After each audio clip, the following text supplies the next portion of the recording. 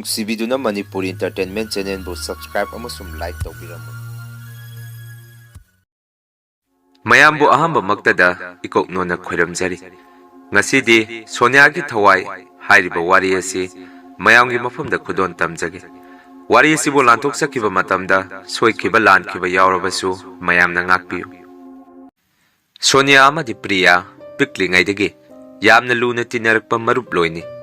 ꯃꯕꯥꯅꯤ ꯁ꯭ꯀꯨꯜ ꯑꯃꯠꯇꯗꯁꯨ ꯇꯝꯃꯤꯟꯅꯔꯛꯈꯤ꯫ ꯑꯗꯨꯕꯨ ꯃꯕꯥꯅꯤꯅ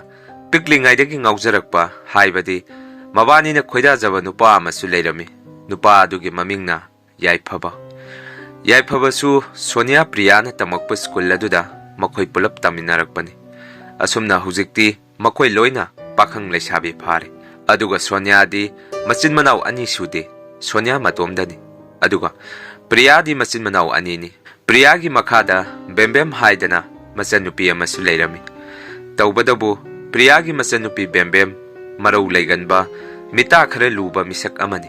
ꯑꯗꯨꯒ ꯄ꯭ꯔꯤꯌꯥꯒꯤ ꯃꯄꯥꯁꯨ ꯃꯥꯏꯕ ꯀꯨꯕꯦꯔ ꯍꯥꯏꯗꯨꯅ ꯂꯩꯀꯥꯏ ꯑꯗꯨꯗ ꯑꯐꯥꯎꯕ ꯃꯥꯏꯕ ꯑꯃꯁꯨ ꯑꯣꯏꯔꯝꯃꯤ꯫ ꯑꯁꯨꯝꯅ ꯅꯣꯡꯃ ꯁꯖꯤꯕꯨ ꯆꯩꯔꯥꯎꯕ ꯅꯨꯃꯤꯠ ꯑꯃꯗ ꯄ꯭ꯔꯤꯌꯥ ꯑꯃꯗꯤ ꯁꯣꯅꯤꯌꯥ ꯃꯈꯣꯏ ꯑꯅꯤ ꯆꯤꯡ ꯀꯥꯕ ꯆꯠꯂꯝꯃꯤ꯫ ꯃꯗꯨꯗ ꯌꯥꯏꯐꯕꯁꯨ ꯃꯃꯥꯟꯅꯕꯁꯤꯡꯒ ꯆꯤꯡ ꯀꯥꯕ ꯂꯥꯛꯑꯝꯃꯤ꯫ ꯃꯗꯨꯗ ꯃꯈꯣꯏ ꯄꯨꯂꯞ ꯊꯦꯡꯅꯔꯝꯃꯤ ꯃꯐꯝ ꯑꯗꯨꯗ꯫ ꯑꯗꯨꯕꯨ ꯌꯥꯏꯐꯕꯅ ꯁꯣꯅꯤꯌꯥꯗ ꯑꯁꯨꯝꯅ ꯀꯧꯔꯛꯈꯤ, "ꯁꯣꯅꯤꯌꯥ, ꯆꯤꯡ ꯀꯥꯕ ꯂꯥꯛꯑꯝꯃꯤꯔꯥ?" ꯍꯥꯏꯗꯨꯅ꯫ ꯁꯣꯅꯤꯌꯥꯗꯤ ꯌꯥꯏꯐꯕꯅ ꯑꯗꯨꯝꯅ ꯏꯊꯥ ꯊꯥꯖꯗꯅ ꯀꯧꯔꯛꯄꯗꯨꯗ ꯃꯁꯥꯗꯨ ꯊꯀꯠꯄꯣꯏ ꯂꯥꯛꯄꯣꯏ "ꯍꯣꯏ, ꯂꯥꯛꯑꯝꯃꯤꯅꯤ" ꯍꯥꯏꯗꯨꯅ ꯈꯨꯝꯃꯝꯃꯤ꯫ ꯑꯁꯨꯝꯅ ꯌꯥꯏꯐꯕꯁꯨ ꯁꯣꯅꯤꯌꯥꯗ ꯅꯣꯛꯐꯦꯠ ꯇꯧꯗꯨꯅ ꯌꯦꯡꯂꯝꯂꯒ ꯃꯃꯥꯟꯅꯕꯁꯤꯡꯒ ꯆꯤꯡ ꯀꯥꯕ ꯆꯪꯈꯤ꯫ ꯑꯗꯨꯕꯨ ꯑꯁꯣꯝꯗꯗꯤ ꯄ꯭ꯔꯤꯌꯥ ꯃꯊꯋꯥꯏ ꯌꯥꯝꯅ ꯅꯨꯡꯉꯥꯏꯔꯝꯗꯦ꯫ ꯃꯔꯝꯗꯤ ꯌꯥꯏꯐꯕꯅ ꯃꯉꯣꯟꯗꯗꯤ ꯌꯦꯡꯕꯐꯥꯎ ꯌꯦꯡꯕꯤꯔꯝꯗꯦ ꯍꯥꯏꯗꯨꯅ꯫ ꯅꯨꯃꯤꯠ ꯑꯗꯨꯗꯒꯤ ꯄ꯭ꯔꯤꯌꯥꯅ ꯁꯣꯅꯤꯌꯥꯕꯨ ꯅꯨꯡꯉꯥꯏꯇꯕ ꯑꯃ ꯂꯩꯕ ꯍꯧꯔꯝꯃꯤ꯫ ꯑꯁꯨꯝꯅ ꯅꯣꯡꯃꯗꯤ ꯄ꯭ꯔꯤꯌꯥꯒꯤ ꯃꯌꯨꯝꯗ ꯌꯥꯏꯐꯕ ꯏꯊꯥ ꯊꯥꯖꯗꯅ ꯂꯥꯛꯈꯤ꯫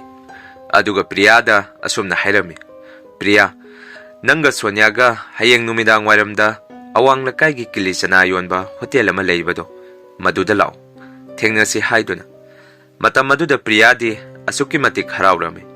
ꯌꯥꯏꯐꯕꯅ ꯃꯥꯒꯤ ꯃꯌꯨꯝꯗꯒ ꯆꯪꯉꯛꯇꯨꯅ ꯋꯥꯔꯤ ꯋꯥꯇꯥꯏꯒ ꯁꯥꯔꯝꯕꯗꯨꯗ꯫ ꯑꯁꯨꯝꯅ ꯄ꯭ꯔꯤꯌꯥ ꯅꯣꯡ ꯍꯦꯛ ꯉꯥꯟꯕꯒ ꯁꯣꯅꯤꯌꯥꯕꯨ ꯍꯧꯗꯨꯅ ꯌꯥꯏꯐꯕꯅ ꯂꯥꯛꯑꯣ ꯍꯥꯏꯔꯝꯕ ꯃꯐꯝ ꯑꯗꯨꯗ ꯆꯠꯂꯝꯃꯤ꯫ ꯌꯥꯏꯐꯕꯗꯤ ꯍꯥꯟꯅꯗꯒꯤ ꯍꯣꯇꯦꯜ ꯑꯗꯨꯗ ꯃꯈꯣꯏꯕꯨ ꯉꯥꯏꯗꯨꯅ ꯂꯩꯔꯝꯃꯤ꯫ ꯑꯗꯨꯒ ꯃꯈꯣꯏ ꯉꯥꯏꯍꯥꯛ ꯍꯣꯇꯦꯜ ꯑꯗꯨꯗ ꯑꯆꯥꯄꯣꯠ ꯆꯥꯗꯨꯅ ꯋꯥꯔꯤ ꯋꯥꯇꯥꯏ ꯇꯧꯗꯨꯅ ꯂꯩꯔꯝꯃꯤ꯫ ꯉꯥꯏꯍꯥꯛ ꯑꯗꯨꯝꯅ ꯂꯩꯔꯕ ꯃꯇꯨꯡ ꯌꯥꯏꯐꯕꯅ ꯐꯨꯛ ꯂꯥꯎꯅ ꯍꯧꯒꯠꯂꯛꯈꯤ꯫ ꯑꯗꯨꯒ ꯁꯣꯅꯤꯌꯥꯕꯨ ꯑꯁꯥꯏꯐꯥꯎꯗ ꯊꯣꯔꯛꯑꯣ ꯍꯥꯏꯗꯨꯅ ꯀꯧꯊꯣꯛꯑꯝꯃꯤ꯫ ꯃꯗꯨꯗ ꯄ꯭ꯔꯤꯌꯥꯅ ꯑꯩꯁꯨ ꯂꯥꯛꯄ ꯌꯥꯔꯣꯏꯗ꯭ꯔꯥ ꯍꯥꯏꯗꯨꯅ ꯐꯥꯒꯤ ꯇꯧꯔꯝꯃꯤ꯫ ꯑꯗꯨꯕꯨ ꯌꯥꯏꯐꯕꯅ "ꯌꯥꯅꯤ, ꯑꯗꯨ ꯀꯨꯏꯔꯣꯏꯗ, ꯉꯥꯏꯍꯥꯛꯇꯅꯤ" ꯍꯥꯏꯔꯝꯃꯤ꯫ ꯑꯁꯨꯝꯅ ꯁꯣꯅꯤꯌꯥꯕꯨ ꯌꯥꯏꯐꯕꯅ ꯀꯧꯊꯣꯛꯈꯤ꯫ ꯑꯗꯨꯒ ꯁꯣꯅꯤꯌꯥꯗ ꯌꯥꯏꯐꯕꯅ ꯑꯁꯨꯝꯅ ꯍꯥꯏꯔꯝꯃꯤ, "ꯁꯣꯅꯤꯌꯥ, ꯑꯩ ꯅꯪꯒꯤ ꯋꯥꯈꯜꯗ ꯄꯤꯛꯂꯤꯉꯩ ꯁ꯭ꯀꯨꯜ ꯇꯝꯃꯤꯟꯅꯔꯛꯄꯗꯒꯤ ꯅꯪꯕꯨ ꯈꯟꯖꯗꯨꯅ ꯂꯥꯛꯈꯤꯕꯅꯤ꯫ ꯑꯩ ꯅꯪꯕꯨ ꯊꯃꯣꯏ ꯁꯦꯡꯅ ꯅꯨꯡꯁꯤ" ꯍꯥꯏꯗꯨꯅ ꯁꯣꯅꯤꯌꯥꯗ ꯍꯥꯏꯔꯝꯃꯤ꯫ ꯃꯇꯝ ꯑꯗꯨꯗ ꯁꯣꯅꯤꯌꯥꯗꯤ ꯑꯁꯨꯛꯀꯤ ꯃꯇꯤꯛ ꯍꯔꯥꯎꯔꯝꯃꯤ, ꯃꯥꯅ ꯀꯨꯏꯅ ꯃꯪꯖꯔꯛꯄ ꯃꯪꯂꯥꯟ ꯑꯃ ꯃꯪꯐꯥꯎꯅꯔꯛꯄꯗꯨꯗ꯫ ꯑꯗꯨꯒ ꯁꯣꯅꯤꯌꯥꯁꯨ ꯌꯥꯏꯐꯕꯕꯨ ꯅꯨꯡꯁꯤ ꯍꯥꯏꯗꯨꯅ ꯐꯣꯡꯗꯣꯛꯂꯝꯃꯤ꯫ ꯑꯁꯨꯝꯅ ꯃꯕꯥꯅꯤꯅ ꯁꯥꯟꯅꯔꯤꯕ ꯋꯥꯔꯤꯁꯤꯡ ꯑꯗꯨ ꯄ꯭ꯔꯤꯌꯥꯅꯁꯨ ꯇꯥꯔꯝꯃꯤ꯫ ꯃꯗꯨꯗꯒꯤ ꯄ꯭ꯔꯤꯌꯥꯗꯤ ꯀꯞꯇꯨꯅ ꯁꯣꯅꯤꯌꯥꯕꯨ ꯍꯧꯔꯝꯗꯅ ꯃꯌꯨꯝꯗ ꯆꯦꯟꯈꯤ꯫ ꯁꯣꯅꯤꯌꯥꯁꯨ ꯄ꯭ꯔꯤꯌꯥ ꯂꯩꯔꯝꯗꯕꯗꯨꯗ ꯀꯩꯗꯧꯕ ꯌꯥꯎꯔꯕꯖꯥꯠꯅꯣ ꯍꯥꯏꯗꯨꯅ ꯄ꯭ꯔꯤꯌꯥꯒꯤ ꯃꯌꯨꯝꯗ ꯆꯠꯂꯝꯃꯤ꯫ ꯑꯗꯨꯕꯨ ꯄ꯭ꯔꯤꯌꯥꯅ ꯁꯣꯅꯤꯌꯥꯗ ꯑꯁꯨꯝꯅ ꯍꯥꯏꯔꯝꯃꯤ, "ꯁꯣꯅꯤꯌꯥ, ꯉꯁꯤꯗꯒꯤ ꯏꯕꯥꯅꯤ ꯃꯔꯨꯞꯂꯣꯏ ꯑꯣꯏꯕꯁꯤ ꯃꯇꯝ ꯈꯔ ꯂꯦꯞꯄꯁꯤ꯫ ꯑꯩ ꯃꯇꯝ ꯈꯔ ꯏꯪꯅ ꯆꯤꯛꯅ ꯏꯇꯣꯝꯗ ꯂꯩꯖꯔꯒꯦ" ꯍꯥꯏꯗꯨꯅ꯫ ꯁꯣꯅꯤꯌꯥꯅ ꯑꯃꯨꯛ "ꯀꯔꯤ ꯇꯧꯕ ꯌꯥꯎꯔꯒꯦ?" ꯍꯥꯏꯗꯨꯅ ꯍꯪꯉꯝꯃꯤ꯫ ꯃꯗꯨꯗ ꯄ꯭ꯔꯤꯌꯥꯅ ꯌꯥꯝꯅ ꯁꯥꯎꯅ ꯁꯣꯅꯤꯌꯥꯗ ꯑꯁꯨꯝꯅ ꯍꯥꯏꯔꯛꯈꯤ, "ꯅꯪ ꯊꯨꯅ ꯆꯠꯈ꯭ꯔꯣ" ꯍꯥꯏꯗꯨꯅ ꯀꯞꯇꯨꯅ ꯂꯥꯎꯔꯛꯈꯤ꯫ ꯑꯁꯨꯝꯅ ꯁꯣꯅꯤꯌꯥꯁꯨ ꯃꯥꯒꯤ ꯃꯃꯥꯟꯅꯕꯤ ꯄ꯭ꯔꯤꯌꯥꯅ ꯑꯗꯨꯝꯅ ꯍꯥꯏꯔꯛꯄꯗꯒꯤ ꯅꯨꯡꯉꯥꯏꯇ ꯌꯨꯝꯗ ꯍꯜꯂꯛꯈꯤ꯫ ꯍꯧꯖꯤꯛꯇꯤ ꯁꯣꯅꯤꯌꯥꯒ ꯌꯥꯏꯐꯕꯒ ꯑꯁꯨꯛꯀꯤ ꯃꯇꯤꯛ ꯅꯨꯡꯁꯤꯅꯕ ꯍꯧꯔꯝꯃꯤ꯫ ꯄ꯭ꯔꯤꯌꯥꯗꯤ ꯃꯕꯥꯅꯤꯒꯤ ꯃꯇꯧ ꯑꯗꯨꯗ ꯁꯤꯔꯒꯦ ꯍꯥꯏꯗꯨꯅ ꯅꯨꯃꯤꯗꯥꯡ ꯑꯃꯗ ꯊꯧꯔꯤ ꯌꯥꯅꯕ ꯍꯣꯠꯅꯔꯝꯃꯤ꯫ ꯃꯇꯝ ꯑꯗꯨꯗ ꯃꯥꯒꯤ ꯃꯆꯟꯅꯨꯄꯤ ꯕꯦꯝꯕꯦꯝꯅ ꯃꯆꯦꯅ ꯊꯧꯔꯤ ꯌꯥꯟꯒꯦ ꯇꯧꯔꯤꯕꯗꯨ ꯎꯗꯨꯅ ꯃꯆꯦꯕꯨ ꯈꯥꯝꯃꯝꯃꯤ꯫ ꯑꯗꯨꯒ ꯃꯆꯦꯗ ꯑꯁꯨꯝꯅ ꯍꯥꯏꯔꯝꯃꯤ, "ꯏꯆꯦ, ꯅꯪꯅ ꯅꯁꯥ ꯅꯇꯣꯝꯗ ꯁꯤꯖꯒꯦ ꯍꯣꯠꯅꯔꯤꯕꯗꯨ ꯀꯔꯤ ꯃꯔꯝꯒꯤꯅꯣ?" ꯍꯥꯏꯗꯨꯅ꯫ ꯑꯗꯨꯕꯨ ꯃꯆꯦ ꯄ꯭ꯔꯤꯌꯥꯅ ꯄꯥꯎꯈꯨꯝ ꯁꯨꯛꯄꯤ ꯄꯤꯔꯝꯗꯦ꯫ ꯃꯗꯨꯗ ꯀꯣꯟꯅ ꯊꯪꯗꯗꯤ ꯕꯦꯝꯕꯦꯝꯅ ꯃꯆꯦꯗ ꯑꯁꯨꯝꯅ ꯑꯃꯨꯛ ꯍꯥꯏꯔꯝꯃꯤ, "ꯏꯆꯦ, ꯑꯩ ꯂꯣꯏꯅ ꯈꯪꯏ꯫ ꯏꯆꯦꯅ ꯅꯁꯥ ꯅꯇꯣꯝꯗ ꯁꯤꯖꯒꯦ ꯍꯣꯠꯅꯔꯤꯕꯗꯨ ꯗꯥ ꯌꯥꯏꯐꯕꯕꯨ ꯏꯆꯦ ꯁꯣꯅꯤꯌꯥꯅ ꯃꯨꯟꯈꯤꯕꯒꯤ ꯅꯠꯇ꯭ꯔꯣ? ꯌꯦꯡꯉꯨ ꯏꯆꯦ, ꯅꯨꯡꯁꯤꯕ ꯍꯥꯏꯕꯁꯦ ꯑꯩꯒꯤ ꯑꯣꯏꯕ ꯐꯪꯍꯧꯗ꯭ꯔꯁꯨ namdana mullaga aigi oigadabani iche Soniadagi dai yaifababu munduna aina ichegi mafamda pigani iche nang siba yaroi asumna bembemna machebu pungning phathabirame aduga nong hek nganbaga bembemna mapada asumna hairame baba ngasidi babada ai wa khara haijage baba nang yabiu ko haiduna maduda mapa kubena kaidaurage zathoibi ichagi kari maning thungdaba leire hangaki maduda bembemna mapada baba akoi ichese ngarang numidang athengbada masa matomda thauri yanduda sige honnarame haiduna mapada hairame maduda mapaduna amu kari maramgi magi kari maning thungdaba leirage hairake maduda bembemna amu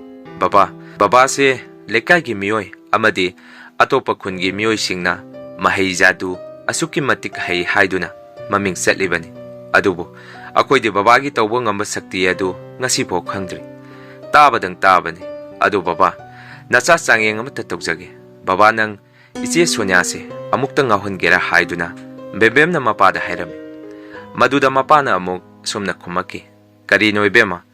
nangna ngasi ngangse iba mataw mayam sibo nache Sonia di nachega luna tinaba marupni kaidawbagi mabu aina ngahondurige haiduna mapana hairami maduda bembemna amuk asumna khumaki baba ichega luna tinaba iche Sonia na ichegi nupa munduna chebu angawbigum leinaba hotnari iche na ngarang thauri yange tawramlibadusu iche Sonia na ichegi thawaini khanjaba nupa adubu munkibagi ni haiduna mapada hairami wafam maduda hana sauramdaba maiba kuber asuki matik saurake aduga sumna hairake hera kaisu leitaba manasu aigi isabu mang taknaba sillaba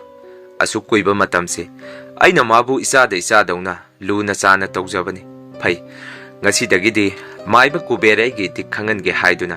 priyagi mapa kuber bembemna aranba pautam selubadagi Sonia bu awafamda tanaba sem saba haurakle asumna matam khara leiraba matung nongma ahing nongyay amada Sonia gi manglanda maga nuksinajaba yaifaba makoigi thonganda karimata haidana tuminna leptuna mamai onthoktuna leirame matam maduda Sonia yaifabagi manakta changsanduna yaifaba haiduna kaurame maduda kiba mataw amada yaifabagi mamai adu maina sakthekhibagi mataw amada yamna kina satlawna onthoroktuna Sonia bu makhori melaki matam maduda Sonia su yamna kanna lauraki adubu Sonia gi mapa mamana Sonia bu hawdoraki madudagi Sonia gyan tapna laki adugo mamada kiduna chena konselami matam maduda Sonia gi mapa bungna macha nupida chathoibi kaidawre jagi mangda kari akiba ururage hangami Sonia su baba mangda akiba posakama urure baba ga imaga tummaro hairami asumna Sonia ahinga du kiduna tumamde nong hek nganbaga Sonia na mapaga mamaga chatpa nangnaba chai sing kanna hotnarame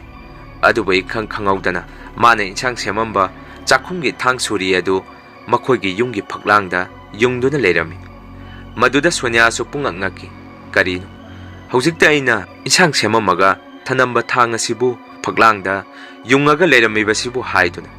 Sonia thang adu yunggi phaklang adudagi sato ami adubai khangawdana thang aduna yungambagi ahoba makhul adudagi ngakta chentharaki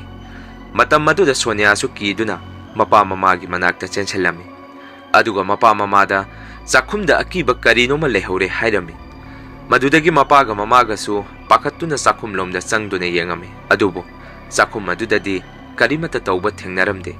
Sonia su kina chakhumda changaki adubo mana ngasai ukhiba matawsing adudi amuk karimata tawdana leirami maduda Sonia gi mapabungna machanupi Sonia da sumna hairami ibema chakum sidadi karisu leite ngarang numidang ichagi mangda akiba khara ukhibagi ichagi wakhana oiramgani lao chai sing loisalu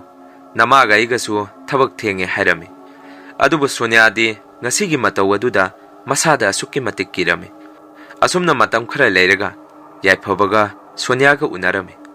maduda Sonia di handak marak magi mamita akiba kaya ama ukhibadu ningsingduna talaiki Sonia gi mataw aduda yaiphabana Sonia nang kaidawrage nasa nungaitrabo hangami maduda Sonia na karisu tawde haiduna khumami asumna mabani wari sanaringai ikang khangawdana Soniagi mamita tumit kanguma mapaisilaki. Madudagi Sonia su mamit adu makut aduna naiduna til adu bulokthumi. Aduga yaifabada hek yengluba matamda mamangda magi mamangda ukhiba akiba sakpham adugumba yaifabagi sakpham maduda urami. Madudagi Sonia pakatuna yaifabada munna munna yengduna mayumda chelaki. Yaifabasu pakatuna Sonia bu kaidawrage haiduna tanarami. Adubu Sonia di yaifababu yengduna yamna kina mayumda chenki. Asumna hojikti Sonia ki mamita akiba kayama uba horaktuna angawbigi matawgum tawba horaki. Asomdasu bembemna mapabungda asumna hairami. Baba aina taw haiba thabakto baba nang pangthokraba haiduna. Maduda magi mapabung maiba kubena asumna kumaki. Ibema thabak adudi nahana napana mathau pangthokrabani koiraroi. Madugi nupi masadu sorokta ngawraga satkadaba yaragadi mathawai phau mangba yabagi thaktani napana tawribasi. Napa ai leiringai mioy amatana icha singi natu nama sokpa yaroi hairami. Matam maduda Priyasu machan nupiga mapaga sanariba warido tarami. Aduga makoida asumna hairami. Karino nakoina sanariba wari sing adubo. Bembem nang babada kai haijalure. Nakoina tawriba thabak sing adu ai pamde. Hayengwai Sonia na khanglakpa thoklabadi mana ibu yamna nungairaroi. Nakoi athubada thabak adu to o hairami. Maduda bembem na Macheda, iche, nangi phanabani. Babaga igana honaribasi, nang karimata yaurakanu hairami. Asumna hujikti Sonia, Priyagi mapabungna, laitin, budpret thajalubadagi, angawbigi mataw haibado oiraki. Mayam, wari sigi ahamba tangkak, matang asayda loijare. Ani suba tangkak, mayam punna muk ngaiminasi. Ngasigidi, mayam dagi kaina naba bidiyay lawjari.